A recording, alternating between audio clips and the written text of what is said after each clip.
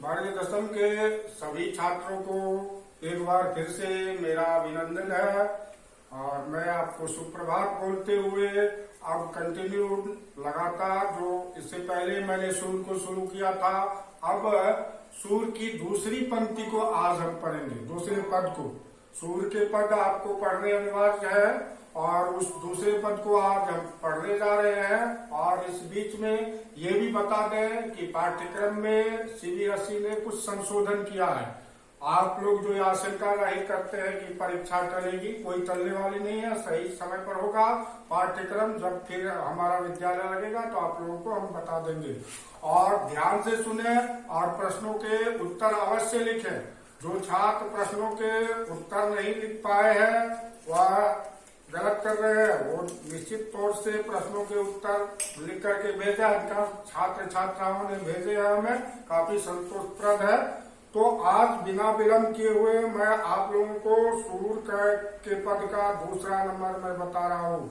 मन की मन ही माज रही, मन की मन ही माज रही, माज मन बीच, मन का मन में ही रह गया, मन का मन में ही रह गया। किसका मन का मन में ही रह जाता है? जो मन में कुछ सोचे रहते हैं। यहाँ तो एक श्री कृष्ण है और गोपिकाएं हैं। गोपिकाओं से दूर, गोपिकाओं से दूर श्री कृष्ण मथुरा में है। मथुरा में ब्रजभूमि छोड़ करके वह मथुरा चले गए थे कंस के वध के लिए, और यहाँ वो गोपिकाएं श्री कृष्ण के आने की आस में अत्यंत व्यग्र है। यहाँ आप छात्रों ने एक प्रश्न पूछा था अष्टछाप और पुष्टि संप्रदाय के बारे में।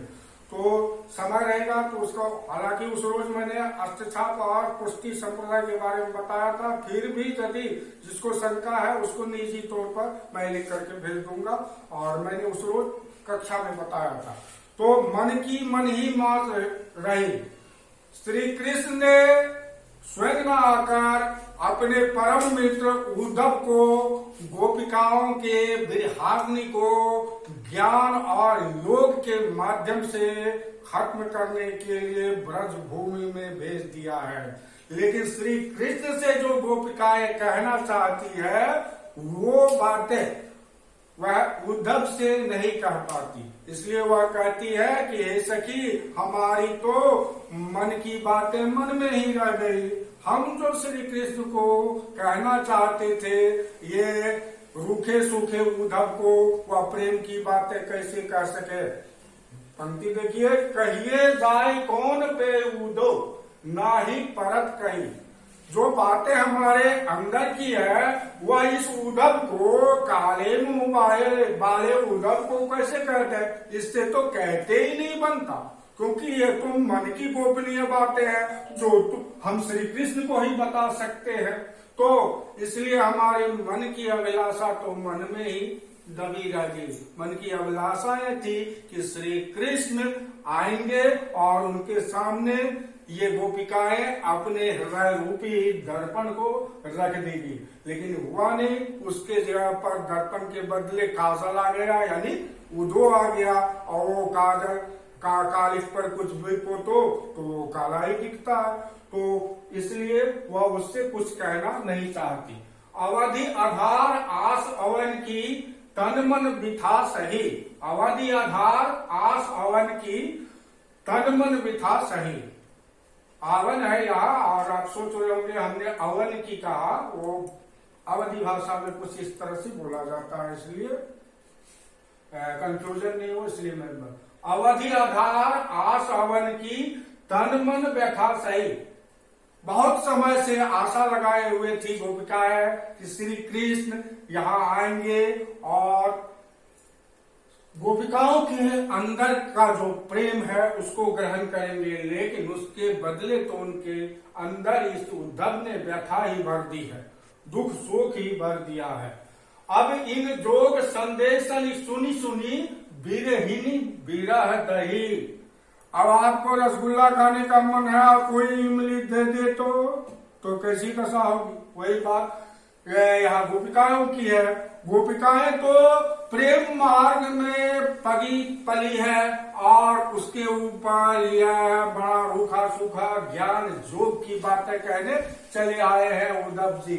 इससे ये जो गोपिकाएं हैं जो विरह के आग में पहले से जल रही है और भी विरह की अग्नि में जलती जा रही है। विरह तो पहले ही था और उस पर उस आग में घी का काम कर दिया उद्धव का जोग संदेश ने। अब यह विरह की ज्वाला फट पड़ी है। चाहती हुती गुहार जीत उतते धार बही। गुहार गुहार माने पुकारना, वैसे झारखंड सीमांत तरफ में गुहार पुकारने को कहते हैं, जोहार कहते हैं। चाहती हुती गुहार जीत उतते धार बही। धार से भी गोपिकाएं श्री कृष्ण को, अपने आराध्य देव श्री कृष्ण को पुकारना चाहती है, वही उनकी आंखों से प्रेम रूपी करुणा जल टपकने लगती है। सूर्यदास अब धीर धरा ही क्यों मर ज्यादा न रहे। अब गोपिकाओं से मर्यादित रहना मुश्किल हो रहा है। गोपिकाएं कहती है कि अब उसका धैर्य जवाब दे दिया है, मर ज्यादा न रहे। मर्यादा, मर्यादा क्या है इसको जरा ध्यान से सुनेंगे। मर्यादा न रहे, ये आम कहावत है ब्रजभूमि का, मर्यादा न रहे। समाज की कई मर्यादाएं होती है। समाज की ये मर्यादा है कि नारी का सर्वोच्च स्थान है। नारी का नारी की भावनाओं को ठेस नहीं पहुंचाया जाता है। जो नारी का अपमान करते हैं, जो नारी पर अत्याचार करते हैं, वो अमर्यादित लोग होते हैं। तो गोपिकाएं कहती है कि श्री कृष्ण से तो मर्यादा भी नहीं निभाया गया। यहाँ हम गोपिकाएं उसके प्रेम में यूं व्याकुल हैं, यूं दुखी हैं, लेकिन उन्होंने सामान्य मर्यादा का भी निर्वहन नहीं किया। न खुद आए, न अपने प्रेम रूपी पतियां भेजी है। उसके जगह पर उन्होंने इस रूखे सूखे काले कलूटे ज्ञानी उद्धव को भेज दिया है, जो उनके प्रेम पर और भी जलन, यानी जिसको कहते हैं नमक मिर्च छिड़कना, वह नमक मिर्च छिड़कने आ गए हैं। आशा है इसका आपने पठन किया होगा। और ये ऑनलाइन क्लास में कुछ सीमाएं हैं, इसलिए संक्षिप्त रूप से मैं तेजी में बता रहा हूँ। दूसरी भी पंक्ति में बता रहा हूँ। अभी इस पर प्रश्न पूछेंगे, वो आप देखेंगे, आपके पास पहुंच जाएगा प्रश्न 4।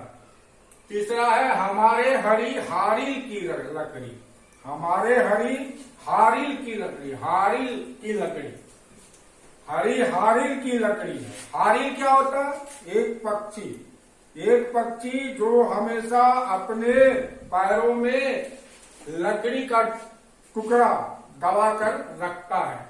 एक चिड़िया ऐसा है जिस चिड़िया का नाम हारिल है, जो हमेशा अपने पैरों में लकड़ी का टुकड़ा दबा कर रखता है। तो गोपिकाएं कहती है कि हम हारिल की लकड़ी है। हारिल की लकड़ी है, जिस तरह हारिल पक्षी उस लकड़ी को नहीं छोड़ता, हम भी श्री कृष्ण के प्रेम को नहीं छोड़ सकते।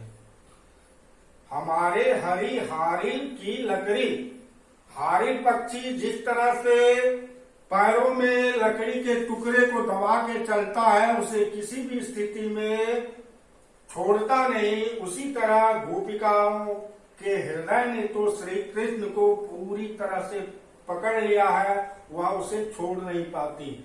मन क्रम वचन नंद नंदन उर यह दृढ़ करी पकड़ी। मन क्रम और वचन से, मन क्रम और वचन से नंद नंदन श्री कृष्ण के हृदय को गोपिकाओं के हृदय ने पकड़ लिया। गोपिकाएं कहती है कि हमने तो मन कर्म और वचन से श्री कृष्ण को पकड़ लिया है, अब हम तो उसे छोड़ नहीं सकती। जागत सोबत स्वप्न दिवस निशी कान कान जकरी। जागते सोते दिन रात सपनों में वह केवल एक ही रट लगाती है, कान्हा कान्हा कान्हा कान्हा जकरी, यानी रट लगाना, बुलाना। जागते सोते सपने में दिन रात को अब गोपिकाओं के मुंह पर एक ही नाम है, कृष्ण कृष्ण कृष्ण कृष्ण। सुनत जोग लागत है ऐसो जो करुई सकरी। जोग संदेश को सुनकर, योग के संदेश को सुनकर गोपिकाओं को ऐसे लगता है कि जैसे उसे किसी ने करेले कड़वे को खिला दिया है। करेला जिस तरह से आपके अंदर जाकर तिक्तता उत्पन्न करता है, गोपिकाओं के बल पर उद्धव के जोग संदेश का वही असर हो रहा है।